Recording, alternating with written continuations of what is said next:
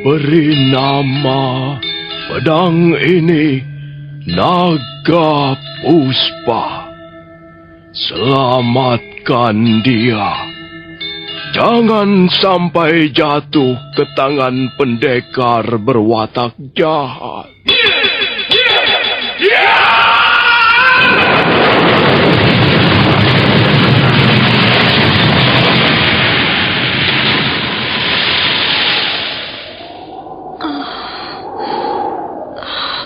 Kakang Kamandanu, kau masih juga tidak percaya bahwa aku mencintaimu. Meisin, maafkan aku, Meisin. Meisin. Meisin!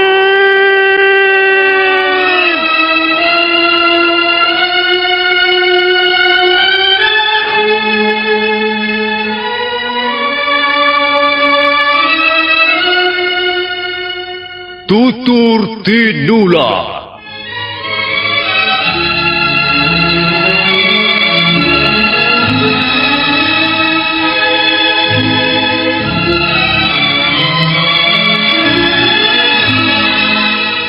Sebuah sandiwara radio serial, produksi Sanggar Cerita dan teater Sanggar Prativi.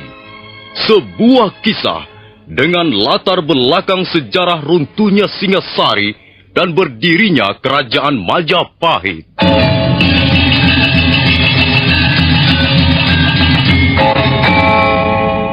Sandiwara ini didukung oleh pemain-pemain radio yang sudah ternama.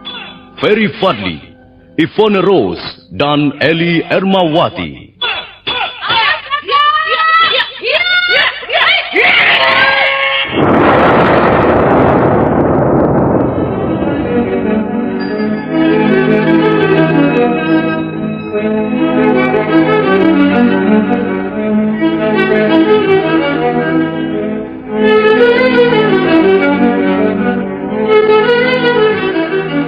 Cerita ini ditulis dan disusun oleh S. Tijab. Teknik dan montase dikerjakan oleh Rudi Tinangon dan Joko SP. Sutradara Y. Rudi Wartono. Kali ini mengetengahkan episode ketiga dengan judul Daun-Daun Bersemi Lagi.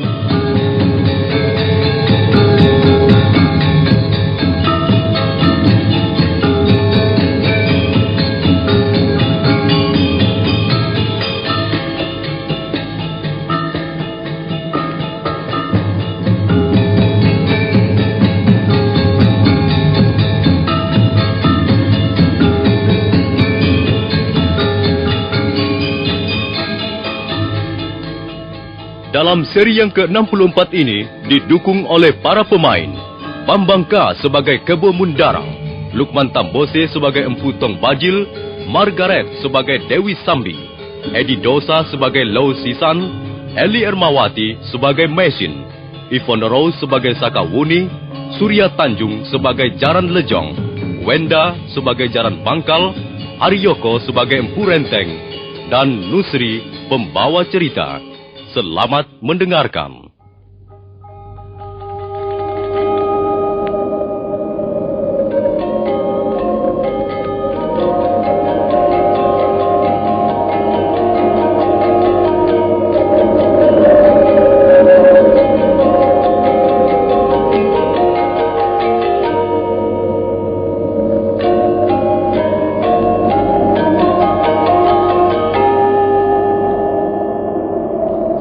Pencabut roh adalah senjata andalan kepunyaan Putong Bajil.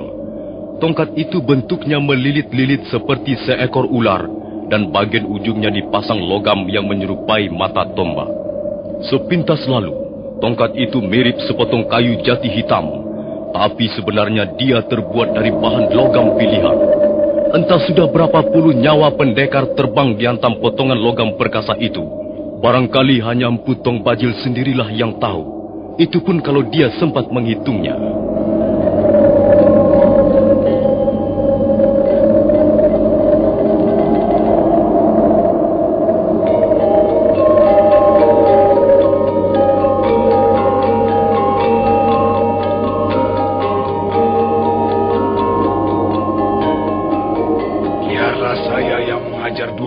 asing itu, tuanku. Baiklah.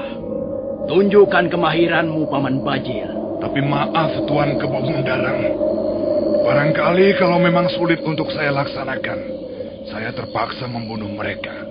Sebab saya melihat pendekar laki-lakinya menggunakan senjata yang berbahaya. Itu tidak menjadi soal. Kalau bisa memang sebaiknya kau tangkap hidup-hidup. Supaya kita bisa mengorek keterangan dari mulutnya. Tapi kalau hal itu sulit kau lakukan, baiklah, bunuh saja. Kalau memang mereka mempunyai kawan, hal ini bisa menjadi peringatan keras bagi kawan-kawannya itu. Baik, Tuan.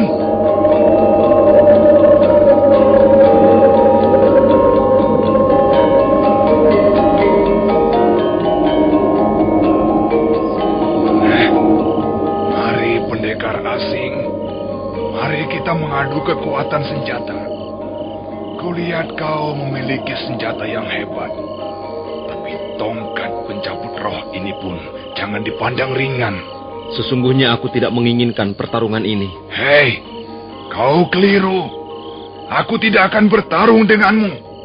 Aku hendak menangkap kalian berdua untuk diserahkan pada pemerintah Kediri. Jangan salah paham, pendekar asing. Baiklah, kami akan tetap pada pendirian kami. Kami tak sudi diperlakukan sewenang-wenang. Cukup. Cepat suruh menjauh wanita di sebelahmu itu. Dan mari kita mulai. Minggirlah kau, Mesin. Aku terpaksa melawan orang ini. Agaknya dia sangat bernafsu menunjukkan kepandaiannya. Hati-hati, Lau. Orang cibul itu kelihatannya berbahaya sekali. Iya, kalau sampai terdesak, aku akan memberikan isyarat untukmu. Ingat, Lau. Kau tidak boleh bertarung lebih dari 2 jurus. Iya, aku ingat. Aku akan berusaha menyelesaikan pertarungan secepatnya. Lebih cepat, lebih baik, dan lebih aman. Ayo, tunggu apa lagi? Aku sudah tidak sabar. Pendekar Lau nampak tenang, berdiri tegak menghadap ke arah pintu gerbang candi yang taram-temaram oleh cahaya bulan. Tangan kanannya mulai bergerak meraba gagang pedang naga puspa yang sudah bersarang kembali dalam warangkannya. Dan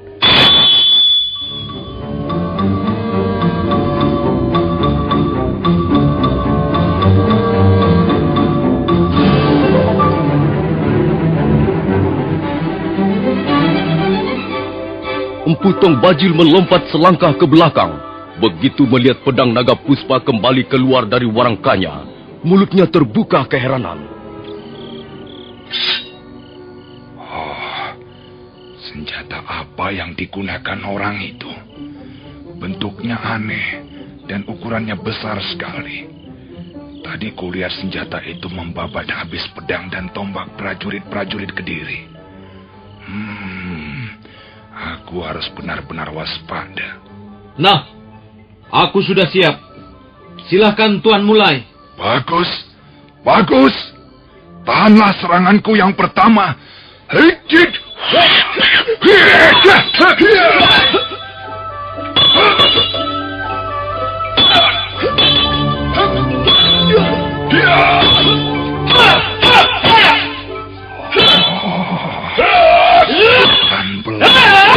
Luar biasa pedang yang digenggam pendekar asing itu. Tanganku sampai bergetar kesemutan begitu tongkat pencabut roh membentur senjata aneh itu. Tapi aku tidak boleh ciut semangat. Akan kulawan senjata aneh itu dengan tenaga dalam.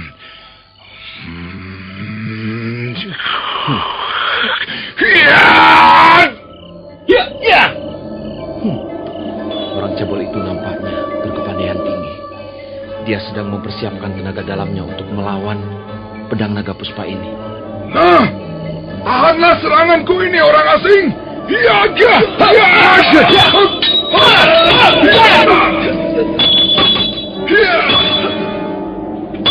Empu Tong Bajil terus memburu pendekar Lau dengan tusukan dan ayunan tongkat pencabut roh. Pendekar Lau hampir saja tak mempunyai kesempatan untuk membendung serangan-serangan gencar lawannya.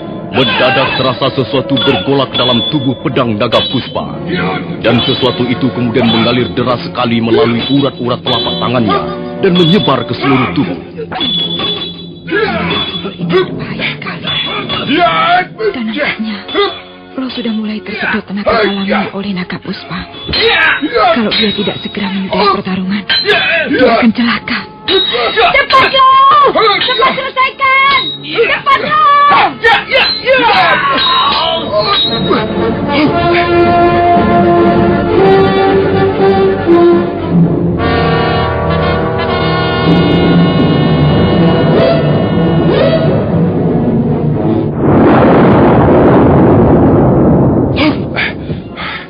Kurang ajar.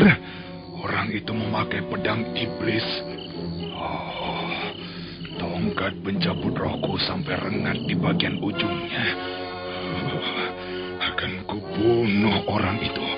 Akan kubunuh dengan aji segara geni. Sambi! Bawa tongkatku ini! Hup! Hai orang asing.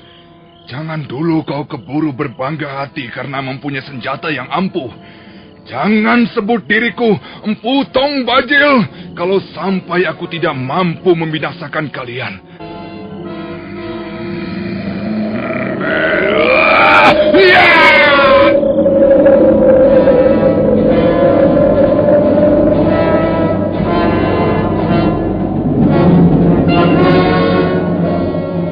Empu Tong Bajil mendengus keras sambil melompat mundur sejauh 3 batang tombak.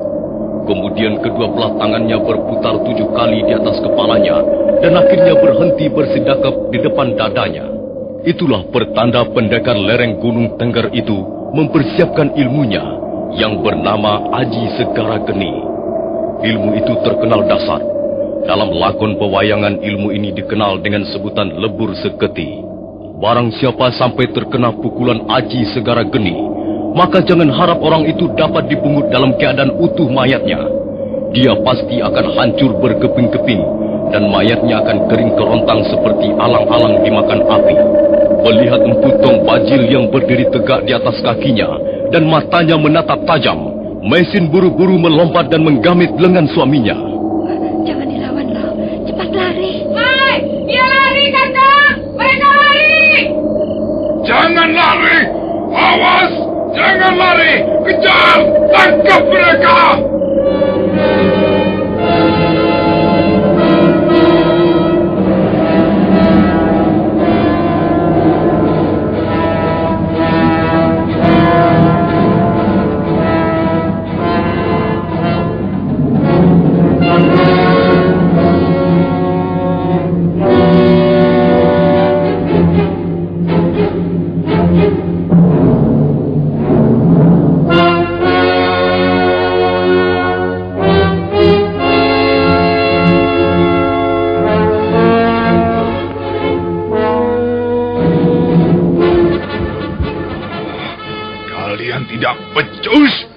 Jaran Lejong, Jaran Bangkal, mengapa kalian diam saja?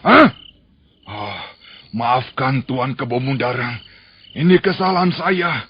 Seharusnya saya lebih cepat bertindak. Ya, memang sayang sekali. Mengapa mereka bisa kabur begitu saja? Jumlah kita banyak, dan tempat ini dijaga ketat. Tapi semua gagal menangkap 2 orang asing itu. Maafkan kami, Tuan Kebo Mundarang. Kami berjanji akan menebus kesalahan dan keteledoran kami. 2 orang asing itu pasti akan dapat kami ringkus dan kami serahkan ke tangan Tuan Kebo Mundarang. Ya, persoalan kedua orang asing itu kuserahkan pada Paman Bajil. Tapi tunggu. Barangkali kau bisa membantu kami, Sakawuni. Membantu bagaimana, Tuan? Apakah Tuan akan menugaskan saya untuk memburu 2 orang asing itu? Apakah kau keberatan, anak manis? Sama sekali tidak. Tapi tugas ini cukup berat. Kalau salah perhitungan, kita sendiri yang akan mampus. Karena itu, kalau Tuan menugaskan saya minta beberapa orang untuk membantu perburuan ini. Itu soal kecil. Berapa orang prajurit kau butuhkan? Saya tidak membutuhkan prajurit. Saya butuh Jaran Lejong dan Jaran Bangkal untuk menemani saya di perjalanan. Tapi apa, Jaran Lejong? Kau harus menurut. Ingat, Tuan Kebo Mundarang sudah mengangkat Sakawuni sebagai salah seorang di antara 4 besar. Apa kau keberatan, Jaran Lejong? Tidak, Tuan. Tapi biasanya saya bertugas mengawal Tuan Empu Tong Bajil. Kali ini kau tidak usah mengiringi aku. Kau temani saja gadis itu di jalan. Nah, pertemuan ini rasanya sudah tidak bisa kita teruskan lagi. Karena itu, aku bubarkan saja. Aku akan kembali ke Kediri besok pagi. Dan mengenai 2 orang asing itu, kuserahkan pada Paman Bajil dan kawan-kawannya.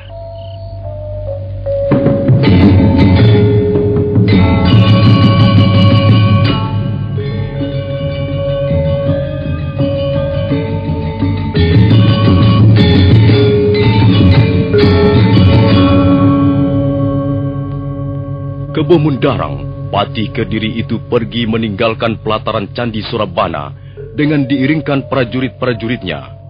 Kemudian para pendekar, baik yang sempat turun ke gelanggang maupun yang belum, satu persatu pergi. Dan tak lama kemudian, suasana pelataran Candi Surabana menjadi sepi dan lengang. Cahaya obor dari minyak jarak masih berkibaran di terpa angin malam yang turun dari lereng gunung Anjasmara. Sementara di atas langit, bulan purnama masih bersinar terang benderang. Cahayanya yang lembut bagaikan membelai pucuk-pucuk pohon cemara dewa. Hanya tinggal 3 orang masih tetap duduk di atas lempengan batu di pelataran Candi Surabana. Mereka adalah Empu Tong Bajil, Dewi Sambi, dan Empu Renteng.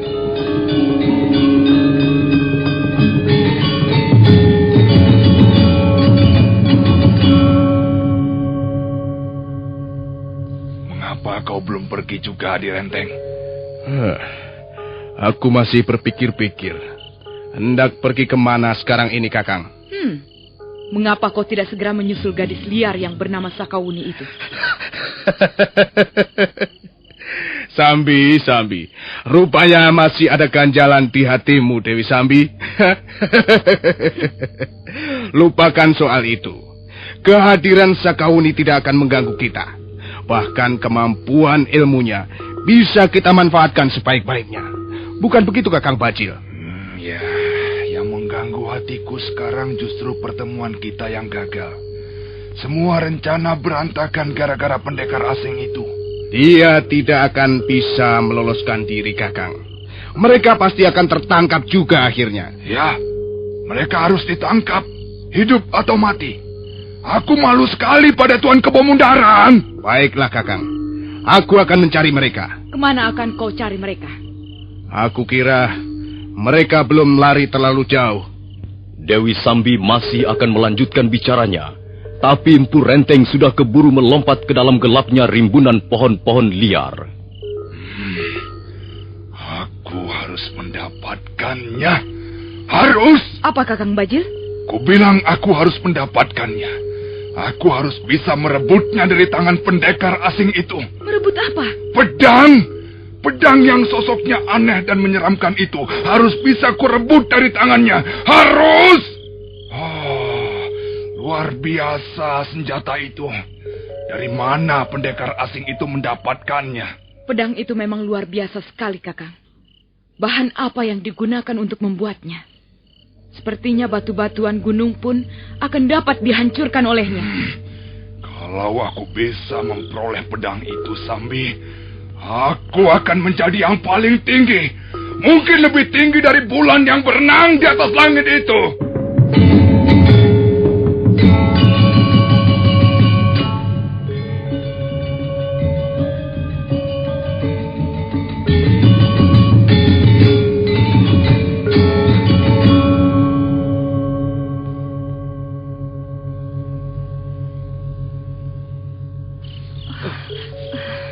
Kita istirahat dulu lah. Nafasku hampir putus rasanya. Tapi jangan, Mei. Jangan istirahat di sini. Tempat ini terbuka, mudah dilihat orang. Sebaiknya kita terus saja, Mei. Tapi kakiku seperti kejang. Tidak bisa digerakkan lah. Baiklah, biar kau kugendong saja. Mari, naiklah ke atas punggungku. Ayo. Jangan loh. Nanti kau terlalu capek. Tapi kita jangan berhenti di tempat ini. Berbahaya sekali, Mei. Hah? Kau dengar itu, Mei? Percaya tidak? Karena itu kita harus mencari tempat yang tersembunyi dan benar-benar aman. Jangan di sini, Mesin. Baiklah, mari kita jalan lagi. Tidak, aku tidak usah digendong. Loh, aku bisa jalan sendiri. Tapi jangan terlalu cepat jalannya.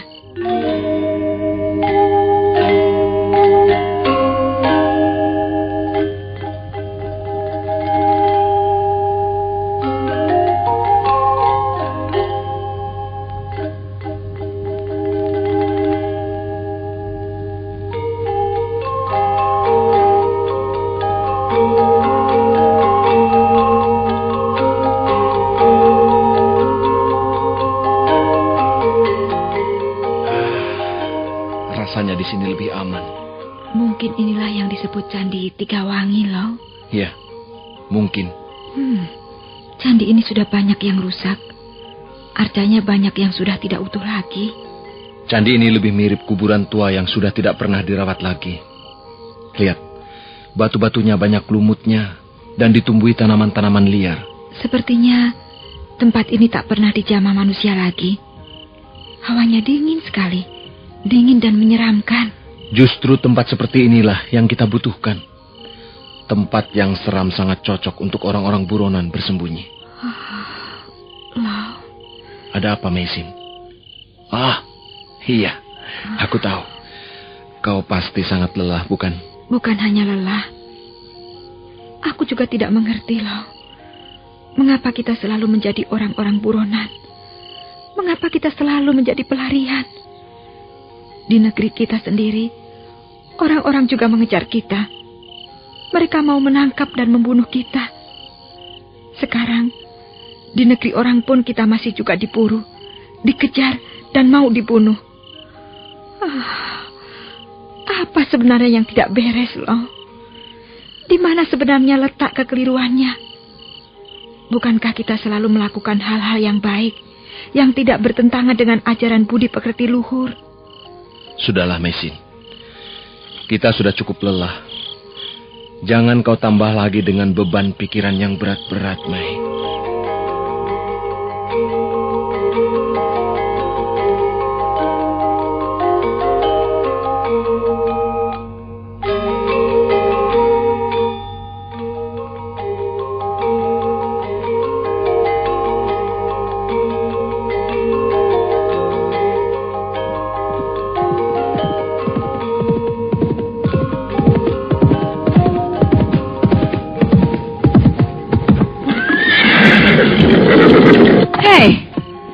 Mengapa kalian turun dari kuda? Kami tak sudi mengikuti perintahmu. Kami tak sudi bertugas bersama seorang perempuan. Kenapa? Apa salahnya kalian pergi bersamaku? Apakah wajahku seperti burung hantu? Gadis liar. Pergilah mencari buronan itu sendiri. Dan kalian? Kami tentu saja akan pergi berdua saja. Kami tidak senang diatur perempuan. Kalau begitu, kalian mau membantah pimpinan kalian sendiri. Kalian tidak takut akibatnya? Gadis sinting. Cepat pergi. Kami tak sudi tunduk pada perintah-perintahmu. Kalian ini pendekar-pendekar berjiwa pengecut. Kalian picik dan tidak satria. Baik. Aku pun tak sudi mempunyai anak buah seperti kalian. Tikus-tikus pengecut. Apa? Kami anak buahmu? Cis! Sejak kapan kami menjadi anak buahmu, ha? Tentu saja sejak kalian berdua dapat kukalahkan. Hei, kau jangan sembarangan bicara. Kami berdua belum pernah kau kalahkan. Bagaimana? Kalau sekarang kalian berdua mengakui kalah di depanku? Kau sombong benar. Kalau kau mampu mengimbangi ilmu macan kombang, kebu kluyur, dan julung wangi, belum berarti kau mempunyai tingkat kepandaian di atas kami, ha?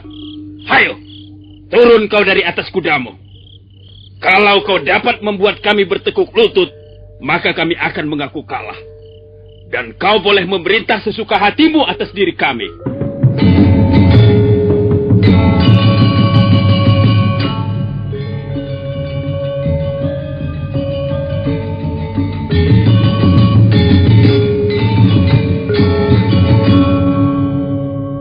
Sakawuni masih sesaat duduk di atas punggung kudanya. Dia hanya tersenyum dingin mendengar tantangan jaran bangkal. Kemudian gadis berwajah manis itu turun dari kuda dengan tenang. Sementara itu Jaran Lejong dan Jaran Bangkal telah menunggu dengan kuda-kudanya. Nah, para pendengar sekalian, bagaimana kisah selanjutnya? Silakan mendengar seri berikut. Sampai jumpa.